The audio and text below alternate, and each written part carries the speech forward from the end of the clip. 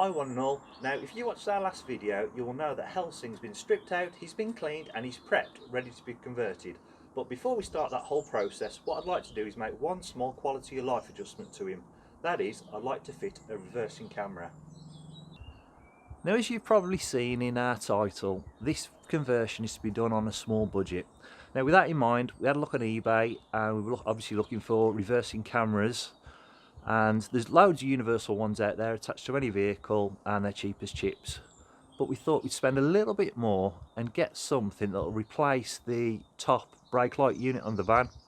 Just swaps out like for like. Just think it'll look a little bit better, and for the extra cost I think it'll be worth it in the long run. So of course as soon as we started doing our research, you then tend to find that most of these reversing cameras come as a complete kit, and by that I mean you can get the screen with it as well. And in most instances that screen, it either clips onto your rear view mirror or you can attach it to your dash. But I think what's going to work best for us is, I mean, just look at this radio. It's not the prettiest thing in the world, is it? So I think what we're going to do is we're going to replace this with a doubled-in head unit, and the screen on that will act as our reversing camera screen. So this is the reversing camera that we bought from eBay, £30. It was the cheapest one they had at the time and is a direct replacement for the brake light at the top of the van for a Peugeot Boxer, Fiat Ducato, Citroen Relay. Like I say, the cheapest. This is the cheapest one that they had. So what comes in the box?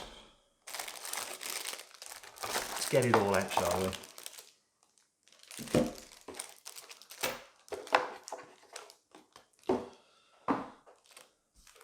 So we have a gasket, bolts to attach it,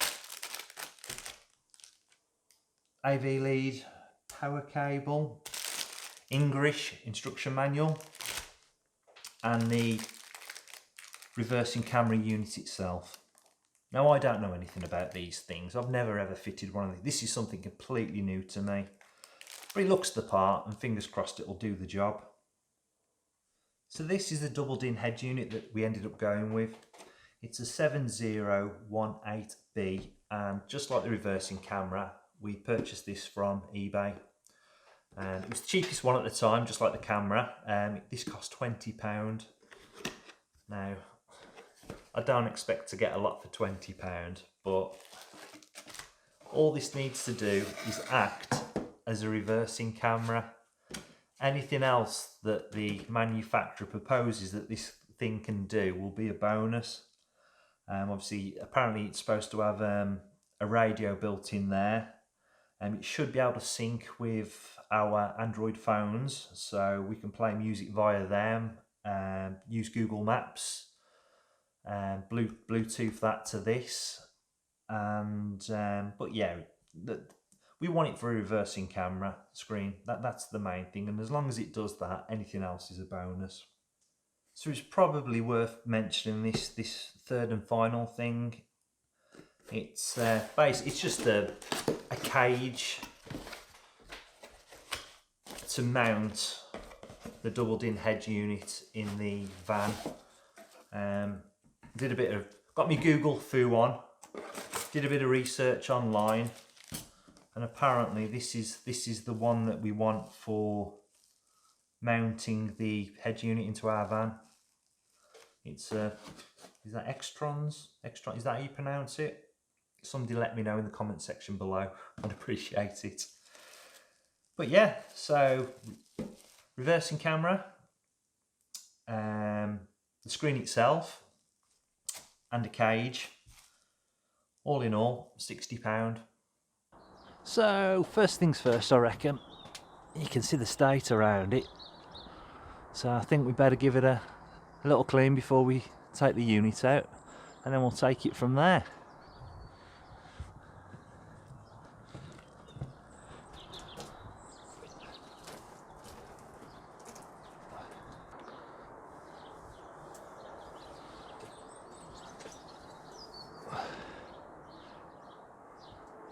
Right, that's a bit better.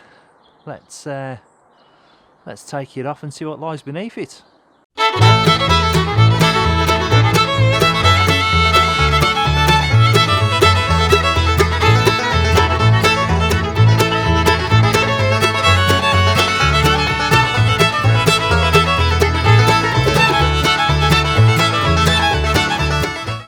just saw, removing the old brake light unit, absolute doddle, 2 screws, and then just disconnect the power to it.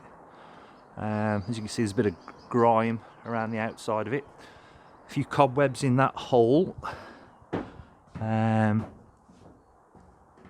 remember correctly, that's it, just unclips, and I'm assuming I'll just pull the power cable through. There it is. So what I'm going to do now is I'll give it a quick clean, quick vacuum out, clean that grime on the outside, and then I'll figure out how to attach the new one, and we'll cross the bridge of wiring it up a bit later on down the line.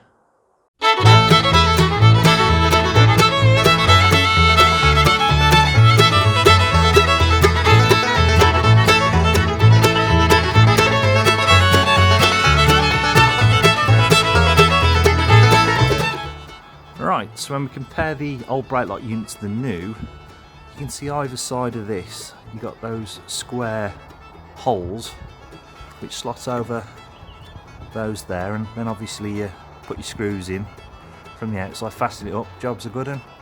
But on the new brake light unit, let me show you, on the new brake light unit, either side you've got these plastic protrusions. So what we're going to have to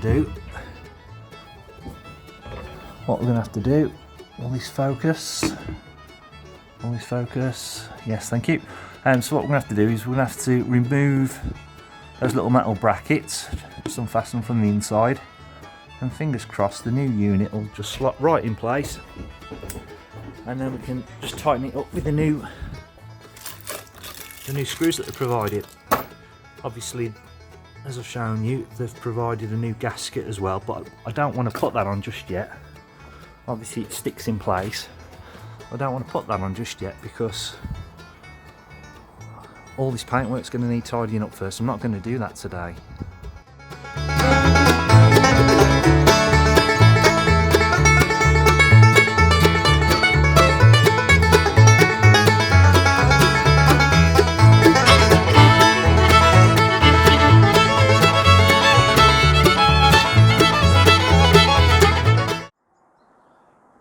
Right, so that's the new unit fitted. Really straightforward, and I think most would agree it looks so much better than the old unit that was in there. And anybody could do that, providing you've got the right screwdriver and right spanner.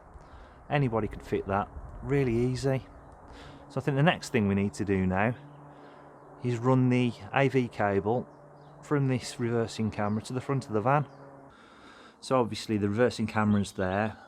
The cable's going to follow down there, round the corner, all the way down into the front. Obviously we're on the passenger side here, and then it's going to follow down this pillar, and if we remove that plastic trim there, it's going to come out of the pillar there.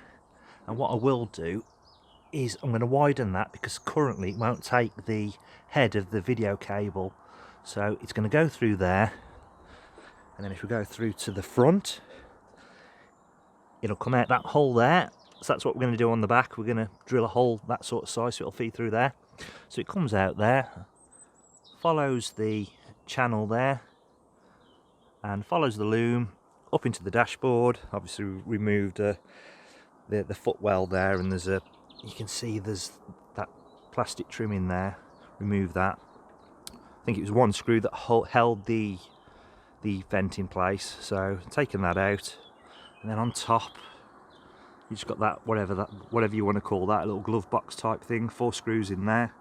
So the cable, it feeds up through there into the back of the glove box, and then through into the head unit. So there's probably people out there asking the question, why hasn't he attached the video cable to the reversing camera? And the answer is, the cable that they've provided is far too short. I think whoever sized it must have thought that this was going into something like a Citroen C1 and not a medium wheelbase van. So what we're going to have to do is we're going to have to order a cable online, and fingers crossed it'll turn up soon. Now unfortunately, when it comes to lifting out the old head unit, I don't actually have the correct tools for the job. So there's 2 holes either side and the tool goes in and then you can lift it out. So I've had a look on YouTube, and what other people have done is they've used coat hangers. So I thought, what can I use? And the answer is old files. Now I've had these files for years and years and years and I've never actually used them, so fingers crossed I'll be able to put them to good use here. See what I meant to say when I said 4 old brittle files that break in the unit when you try and take it out? What I really meant to say was 4 small screwdrivers. They're the tool of choice.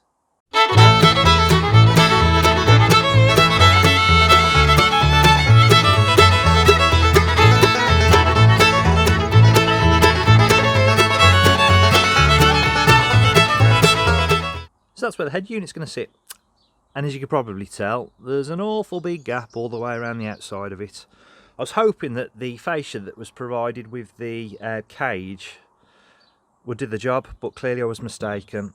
I do know that you can get proper fascias for this type of van, so they're only about £10. I'm gonna go on eBay and pick one of those up, but of course it means that it's going to be a waiting game till that arrives. So I need to order a video cable and a fascia for the head unit. There's also another couple of little bits and bobs I need to pick up as well to actually wire the whole system together. I think I said at the beginning of the vlog I've never actually attempted anything like this before, and as a result of that I'm missing a lot of the tools actually required to get the job done. I was hoping to have this completely up and running in this vlog, but unfortunately that's not going to happen now. I'm playing a waiting game, waiting for things to turn up. So I'm hoping you will join me for part 2, where everything will, fingers crossed, be wired up and running fine and looking great. If you've enjoyed what you've seen, give us a thumbs up, comment, or maybe even subscribe. And fingers crossed, I'll see you in the next video.